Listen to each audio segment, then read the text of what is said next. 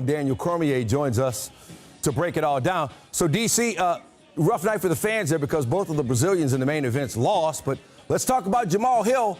Light heavyweight has been looking for somebody to take charge of that division. Is he the guy? He seems like the guy. Plus, he got the promo. He like KG after they won that NBA championship in Boston.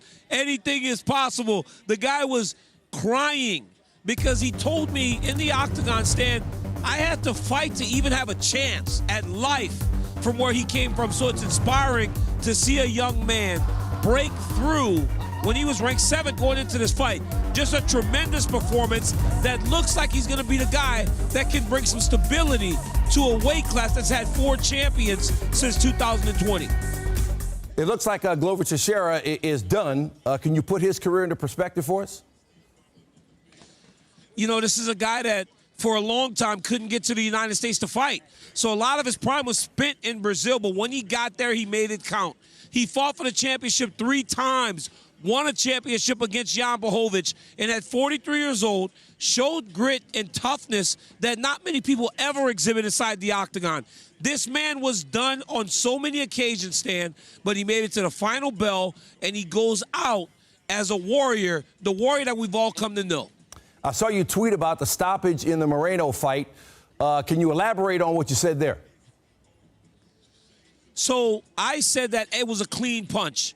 Deiveson Figueiredo reacted as if it was a bad punch. He had got poked in the eye. But Brandon Moreno caught him with a clean left hook that cut his eye open and closed it completely, and the fight got stopped because of it. That was a clean shot. There was no controversy. Even though, Stan, the Brazilian crowd, it acted like it was. I couldn't hear a word that Brandon Moreno said, and I was standing in his face with the microphone. They were so loud in here. But Brandon Moreno was cruising, Stan. He was dominating that fight, and he is rightfully the UFC champion again. Okay, so it's a tetralogy or quadrilogy. You don't think they're going to do 5, do you? No, I think it's over. I think tonight the better fighter was proven. Brandon Moreno has finished him twice. He has beaten Deiveson Figueiredo 2 times. They had a draw, and Figgy won once. It is over. Brandon Moreno's the better fighter, and that's okay. Figueiredo's going up to 135 anyways. All right, fight night is not complete unless Daniel Cormier is with us on SportsCenter. DC, we appreciate it. Welcome back to another video. Just going to recap UFC 283. I'm only going to cover the co-main event and the main event. Keep the video as short as possible.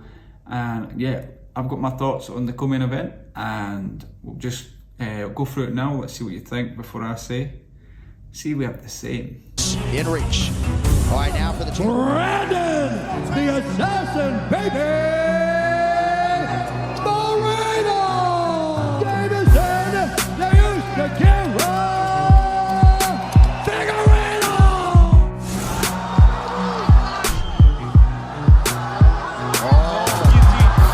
I swear I asked Izzy the other day. Biding his time. Nice job, Figueiredo. Entirety of this training camp in Brazil as he lands. Open up with these big shots and then looking to counter. Figueiredo realizing some success. Both guys.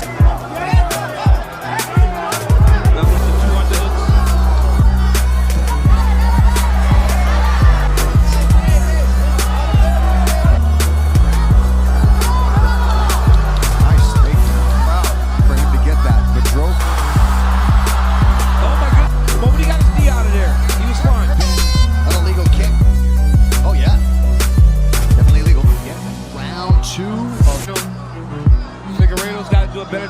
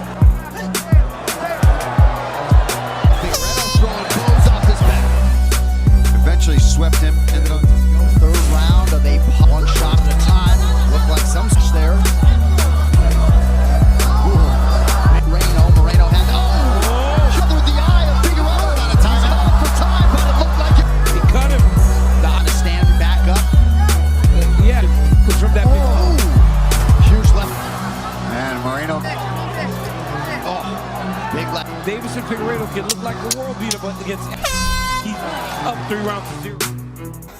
We now know that Deiveson has had quite an injury from that blow. He's got a broken nose, some eye problems. His doctor says he'll be out for 6 months. So obviously that was, yeah, a decent punch that was landed. But yeah, another great fight. I just thought when he had Cejudo in his corner, he was a lot more calculated. He wasn't wasting shots. Obviously, being his physique, his genetics, his body type, you know, he's strong, he's powerful, but he needs to reserve his energy and pick his shots. If he's just going to be wasting his energy, he's going to be depleted very quickly. That's what I say is actually, yeah, I met a guy there. When I walked in to watch the UFC here in Thailand, big black guy there, I was like, he definitely does MMA. And we got talking, and he was a pro fighter, and he knew Bisping and stuff. And yeah, we sat and watched the fights together, it was good. And yeah, I said the same to him, you know, when he had Cejudo on his corner, he was very calculated. And I said, led into that, I said if he's fighting like this into the 3rd round, he's going to be gassed, and you know, Moreno's going to take over and outpace him. But Moreno was pretty much dominant. He was controlling the fight. He was winning the fight. Was looking, he was going to get the victory either on, you know, whatever, TKO, points. I just felt like Figueiredo, Deiveson, I'm Scottish if I can't pronounce any of the names properly. Deiveson was, I just didn't think he was as calculated as he was with Cejudo. And maybe he did have him in his corner, but I feel like he was a completely different fight from his previous one, where he won the belt, where he managed to retain it, get the belt back. And I feel like he was wasting, lunging. And yeah, as I said, he wasn't as calculated. And Moreno definitely capitalised and won the title. Another great fight. Obviously that's been put to bed now. Moreno has finished him twice, so I doubt there'll be another fight. I could watch him fight every week. They match up really well, but Deiveson has said he's going to be moving up a weight class, so it'll be interesting to see how that goes. He is a big guy, you know, like a lot of people say they can't believe he gets down to that weight, so hopefully he'll get up there and get some good matchups, some good fights. Now let's go to the main event. I was actually quite surprised by this one. Unbelievable fight. My hands were sweating during this, and the whole bar that we were in watching it in Thailand was rowdy. Everyone was screaming, shouting. Jamahal Hill really surprised me with his wrestling, his defence, his takedown defence. I thought that Glover would win through wrestling and ground and pound. You know, maybe a rear naked choke. What Glover likes to do to his opponents, wear them down, take them down. But Jamahal Hill, you know, he wasn't able to take him down, and when he got him down, he popped back up. And then Glover's chin, just as you thought he was going to be finished, he would come back into the fight. It was an unbelievable fight. Really enjoyed this one. I think everyone did. And, you know, Jamahal Hill, Dana White Contender Series, and he's now light heavyweight champion of the world. He's, you know, always throws that left kick, doesn't he? It's landing for him with Glover.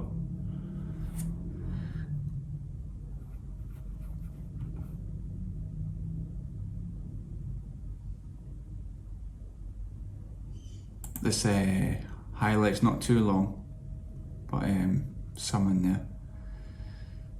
But Glover's chin for 43 is unbelievable, and I think it's a good fight to go out on. You know, he's like left it in there, everything. And when the doctor come in and he's just wiped his eyes and he's just like, let's fucking go. I was buzzing out, I had goosebumps, my hairs were standing, I was like, what a guy, what a machine. Love to see that. But yeah, now Jamahal Hill, light heavyweight champion of the world. Let's hope Glover retires in peace. And it was a great card. What did you think of the card, the co-main event? Obviously there was other great fights, but I just wanted to cover the co-main event and the main event. But yeah, if you got this far, thank you for watching the video. Like, comment, and yeah, see you on another one.